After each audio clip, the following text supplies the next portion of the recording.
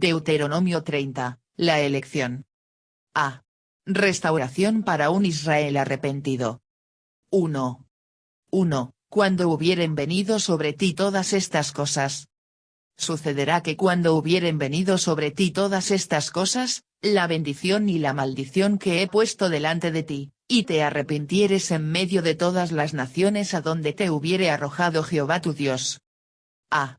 Sucederá que cuando hubieren venido sobre ti todas estas cosas, bajo la inspiración de Jehová, Moisés explicó cuidadosamente las bendiciones y maldiciones que vendrían sobre un Israel obediente o desobediente. Bajo la misma inspiración, Moisés sabía que todas estas cosas vendrían sobre Israel. Y, desde el apogeo de la bendición durante los reinados de David y Salomón, hasta la profundidad de la maldición en la caída de Jerusalén, la historia de Israel ha sido un legado de bendición o maldición según los términos del antiguo pacto. B. Y te arrepintieres en medio de todas las naciones a donde te hubiere arrojado Jehová tu Dios. Dios sabía que Israel sería esparcido y exiliado, y aquí a través de Moisés, Dios llama a la diáspora, Israel disperso entre las naciones, a recordar las promesas de la bendición y la maldición. 2.5. La promesa de Dios de restaurar a Israel en la tierra prometida. Y te convirtieres a Jehová tu Dios, y obedecieres a su voz conforme a todo lo que yo te mando hoy, tú y tus hijos, con todo tu corazón y con toda tu alma, entonces Jehová hará volver a tus cautivos, y tendrá misericordia de ti, y volverá a recogerte de entre todos los pueblos a donde te hubiere esparcido Jehová tu Dios. Aun cuando tus desterrados estuvieren en las partes más lejanas que hay debajo del cielo, de allí te recogerá Jehová tu Dios, y de allá te tomará, y te hará volver Jehová tu Dios a la tierra que heredaron tus padres, y será tuya, y te hará bien, y te multiplicará más que a tus padres. A. Te convirtieres a Jehová tu Dios, así como Israel volvería a Jehová, Dios los bendeciría y haría volver a tus cautivos, y tendrá misericordia de ti. Y, por supuesto, esto se cumplió en parte con el regreso de los exiliados por Babilonia durante los tiempos de Esdras y Nehemías. Pero el cumplimiento final de esto esperaría al siglo XX, cuando Dios reunificaría a Israel en la tierra prometida. Esta reunificación moderna es una restauración más grande, más amplia, más soberana y más milagrosa que la registrada en Esdras y Nehemías. B. De entre todos los pueblos a donde te hubiere esparcido Jehová tu Dios, la restauración moderna de Israel cumple más exactamente esta promesa que el regreso del exilio babilónico. Hoy, Israel está poblado por judíos de prácticamente todos los países del mundo. La amplitud de esta promesa es importante porque Dios repite la idea en el versículo 4, aun cuando tus desterrados estuvieren en las partes más lejanas que hay debajo del cielo, de allí te recogerá Jehová tu Dios. Y. Adam Clarke, escribiendo en 1811, reconoció que este recogimiento tenía que cumplirse en un tiempo futuro, como esta promesa se refiere a un regreso del cautiverio en el que habían sido esparcidos entre todas las naciones, en consecuencia no es el cautiverio babilónico el que se pretende, y la recuperación de su tierra debe ser diferente de la que fue consecuente a su regreso de Caldea. C. Y te hará volver Jehová tu Dios a la tierra que heredaron tus padres, y será tuya. La restauración tenía que suceder en la tierra de Israel. La restauración moderna de Israel cumple con mayor precisión esta promesa que el regreso del exilio babilónico. Al regreso del exilio babilónico, Israel seguía siendo un estado vasallo de los persas. Pero en la restauración moderna de Israel, la tierra que heredaron tus padres será tuya se cumple literalmente. Y, en un momento, en los primeros días del movimiento sionista, los británicos ofrecieron el país de Uganda a los judíos como lugar para establecer un estado judío. Si eso hubiera sucedido, y si los judíos de todo el mundo hubieran acudido allí para establecer un estado judío, no se cumpliría la promesa de restauración establecida aquí y en otros pasajes del Antiguo Testamento. La promesa aquí es clara. La tierra que heredaron tus padres. D. Te hará bien, y te multiplicará más que a tus padres. Esta promesa se cumple solo en la restauración moderna de Israel, no en el regreso del exilio en Babilonia. En los días del regreso del exilio babilónico, la comunidad judía era pequeña, débil y pobre. Pero hoy, bajo la restauración moderna de Israel, el Estado de Israel sí prospera y se cumple la promesa de te multiplicará más que a tus padres. Israel, como nación, es más grande, más fuerte y más rica que en cualquier otro momento de la historia bíblica. 3. 6. La restauración espiritual de Israel. Y circuncidará Jehová tu Dios tu corazón, y el corazón de tu descendencia, para que ames a Jehová tu Dios con todo tu corazón y con toda tu alma, a fin de que vivas. A. Y circuncidará Jehová tu Dios tu corazón. Para que ames a Jehová tu Dios con todo tu corazón, a pesar de lo notable y proféticamente significativa que es la restauración moderna de Israel, está incompleta. La dimensión espiritual de la restauración aún no se ha realizado. Y hoy Israel es una nación en gran parte secular. Hay respeto por la Biblia como libro de historia e identidad nacional, pero no hay, ni ha habido, un verdadero regreso a Jehová Dios, particularmente como nación. Y podemos decir que, en cierto sentido, ni siquiera los judíos religiosos u ortodoxos se han vuelto completamente al Señor. Aunque han tenido una parte importante y preciosa en el plan de Dios para Israel al ayudar a que la conciencia espiritual del pueblo judío sobreviva a través de los siglos de la diáspora, realmente no se han vuelto al Señor. Podemos decir esto porque el carácter y la naturaleza del Señor están perfectamente expresados en su Mesías, Jesús. Jesús dijo, el que cree en mí, no cree en mí, sino en el que me envió, y el que me ve, ve al que me envió. Juan 12 2.44-45. Dado que el pueblo judío, a excepción de un preciado remanente, rechaza a Jesús, están rechazando al Señor Dios. Pero la promesa de Dios sigue en pie. Como aspecto final de la promesa de restaurar a Israel, Dios lo restaurará espiritualmente. Él promete circuncidar su corazón. Esta es una idea que se repite en las promesas del nuevo pacto, en pasajes como Ezequiel 36 2.26-27, os daré corazón nuevo, y pondré espíritu nuevo dentro de vosotros, y quitaré de vuestra carne el corazón de piedra, y os daré un corazón de carne. Y pondré dentro de vosotros mi espíritu, y haré que andéis en mis estatutos, y guardéis mis preceptos, y los pongáis por obra.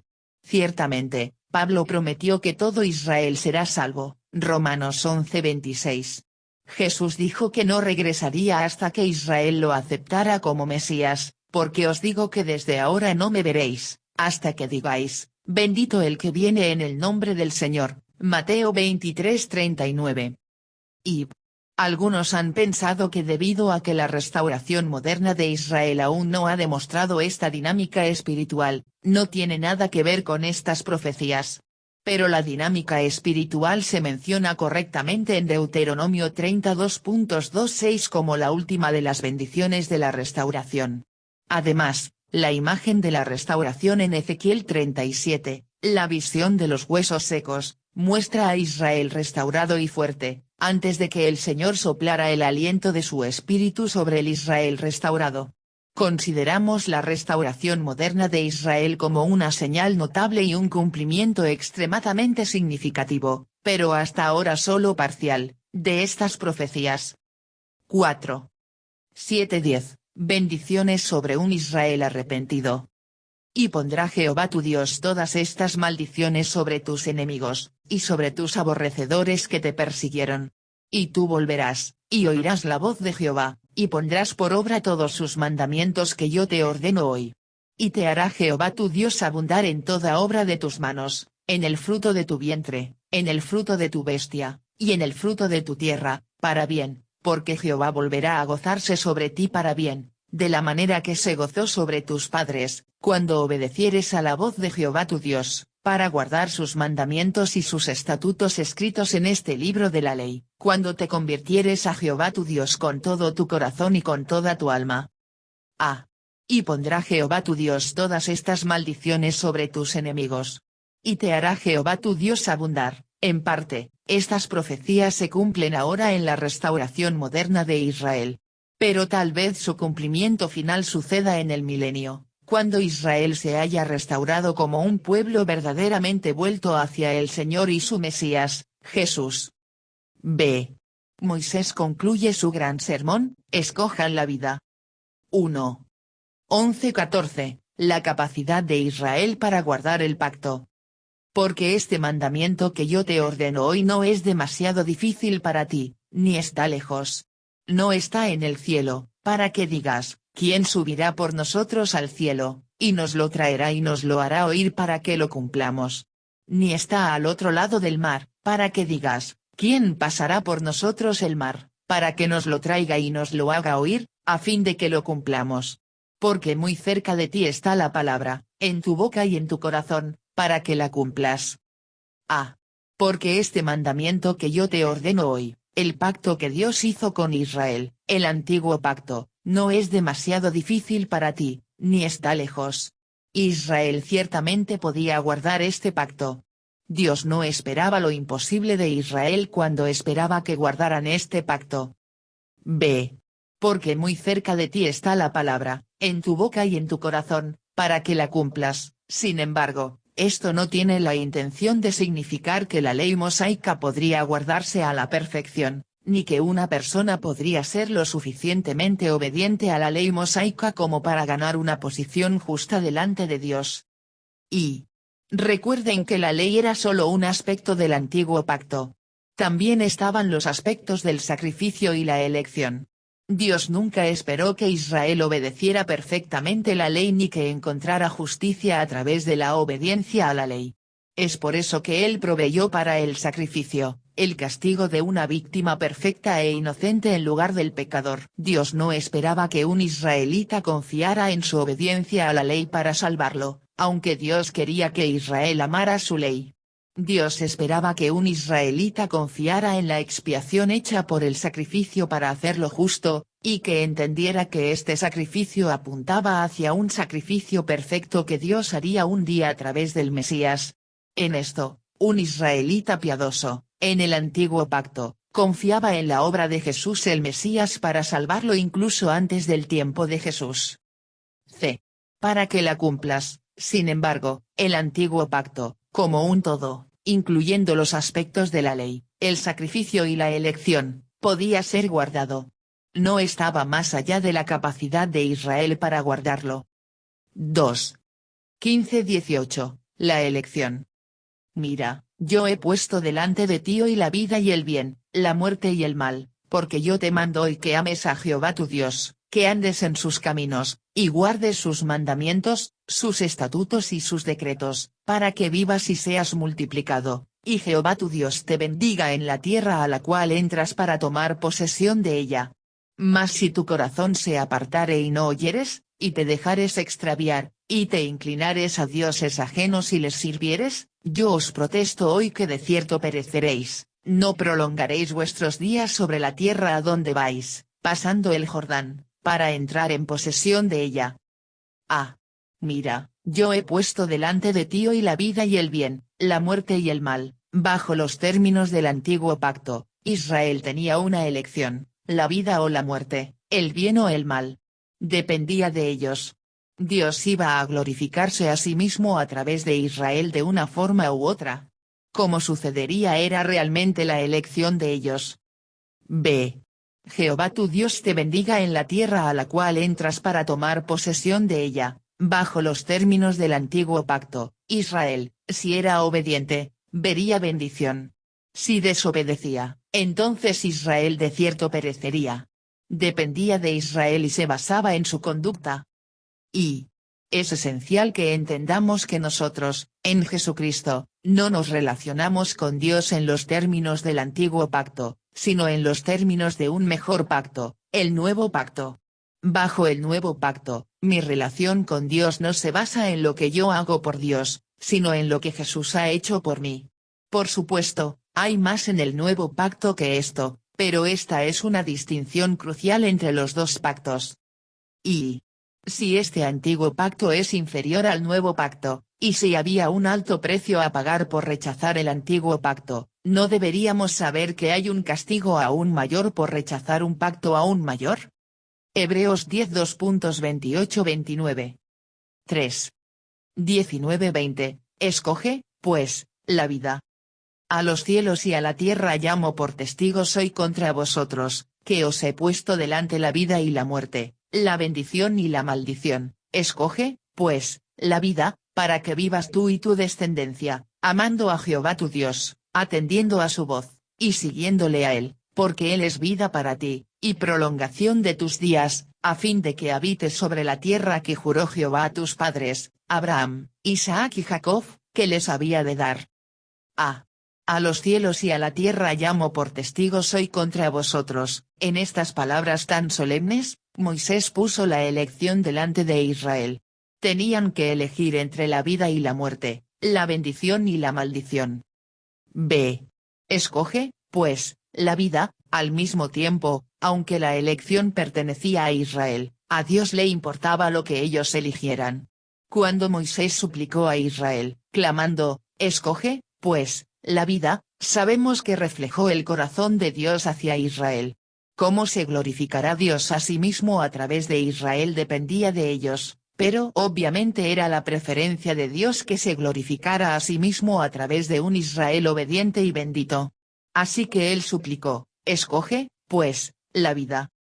Y el hombre de hoy, incluso fuera del antiguo pacto, se enfrenta a la elección. Pero la elección no se enfoca primero en, ¿obedeceré a Dios o no?, sino en, ¿confiaré en Jesús para mi posición delante de Dios? Jesús dijo, el que no es conmigo, contra mí es, y el que conmigo no recoge, desparrama. Lucas 11:23. Jesús sigue haciendo la pregunta, ¿quién decís que soy yo? Mateo 16:15, y nuestra elección al responder esa pregunta determina nuestro destino eterno. C. Amando a Jehová tu Dios. Amar a Dios de esta manera, realmente confiar en Él, se explica bien en Deuteronomio 32:20. Amar y confiar en Dios significa atender a su voz, porque un hijo que realmente ama y confía en su padre lo obedecerá.